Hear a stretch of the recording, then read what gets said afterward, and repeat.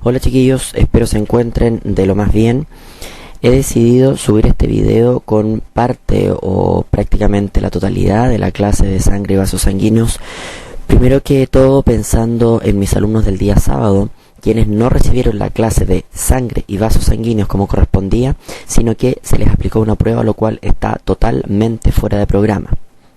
Si bien esta clase que estoy subiendo está pensada sobre todo para mis alumnos del día sábado, también sirve a modo de repaso para mis alumnos del día martes, miércoles, jueves e inclusive los del viernes de sede Talcahuano, a quienes les hago clases de biología.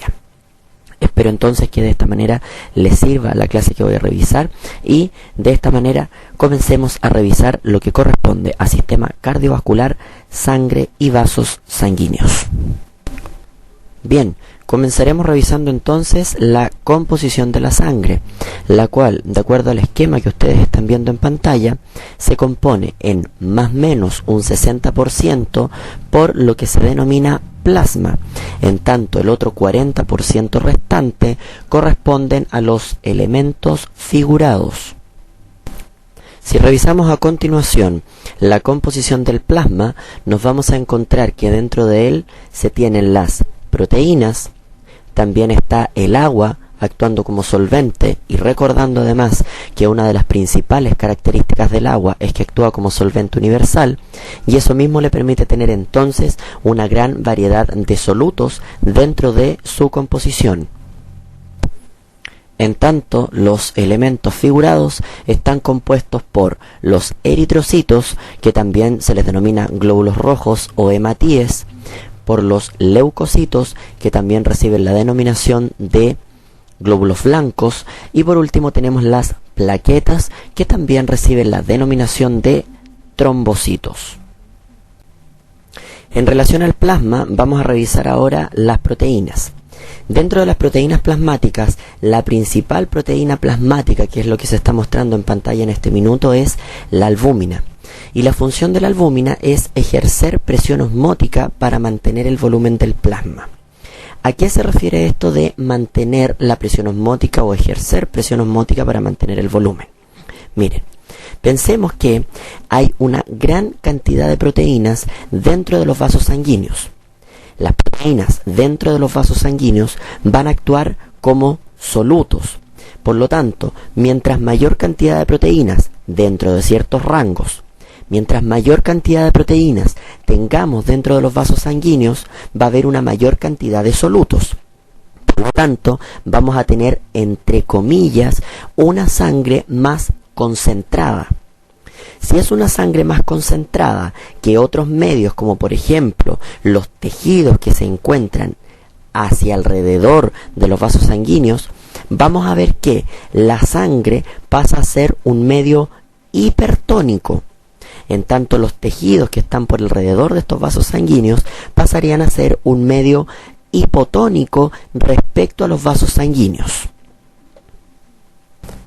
De acuerdo a esto y teniendo en consideración los conocimientos que ustedes tienen de osmosis, en donde debieran saber que el agua se mueve desde un medio hipotónico a un hipertónico, o bien desde un medio de mayor concentración de agua a uno de menor concentración de agua, debiéramos darnos cuenta entonces que el agua va a ingresar hacia los vasos sanguíneos porque allí hay una mayor concentración de proteínas. De esta manera entonces el agua tiende a entrar a los vasos sanguíneos y de esa manera la presencia de albúmina mantiene la presión osmótica o ejerce esta presión osmótica de tal manera que mantiene el volumen del plasma. También tenemos otro tipo de proteínas llamadas globulinas. Las globulinas, de acuerdo a lo que allí se indica, su función es transportar sustancias en el plasma. Bueno, ustedes perfectamente podrían pensar, bueno, ¿y las sustancias no se pueden transportar solas? Algunas sí, pero otras no. ¿Cuáles se pueden transportar solas? Aquellas sustancias que tienen al menos una zona polar dentro de su molécula. ¿Tiene algo que ver que tengan una zona polar? Por supuesto, porque si tienen una zona polar se pueden disolver en agua y al disolverse en agua entonces se pueden transportar solas. Pero todas aquellas sustancias que no son polares van entonces a necesitar de una proteína que las transporte mediante el plasma o en la sangre, ya que estas sustancias no se pueden disolver en agua.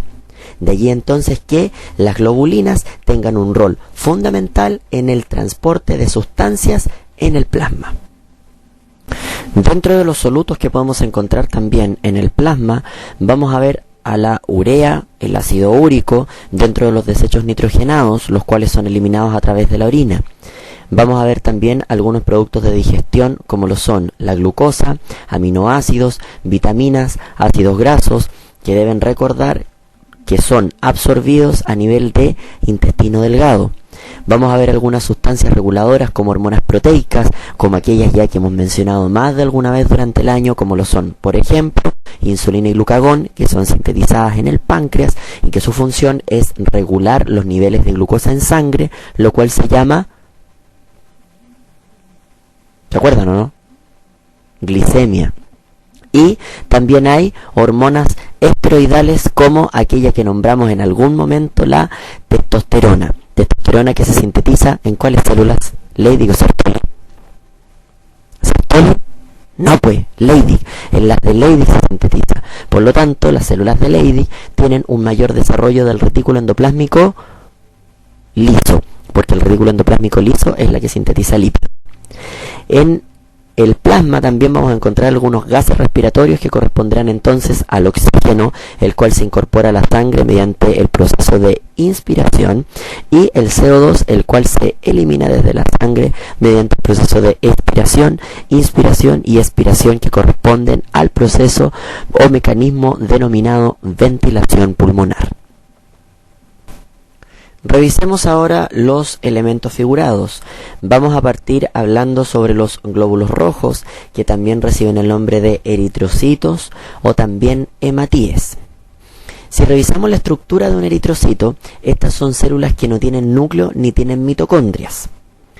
Tienen forma de disco bicóncavo. ¿A qué se refiere esto con forma de disco bicóncavo? Miren, imagínense, ustedes saben, pues tienen que desarrollar un poquito su imaginación. Imagínense una sopaipilla en donde con la mano la aplastan por una cara, la dan vuelta y después la aplastan por la otra cara, pero justo en el centro. Entonces les queda como un disco aplastado por los dos lados al centro. Eso sería un disco bicóncavo y así es más o menos un eritrocito. Y la otra característica de los eritrocitos es que contienen hemoglobina. La función de estas células es el transporte de oxígeno, función que pueden llevar a cabo debido a lo que se mencionó en la estructura de los glóbulos rojos, que es el contener esta proteína llamada hemoglobina.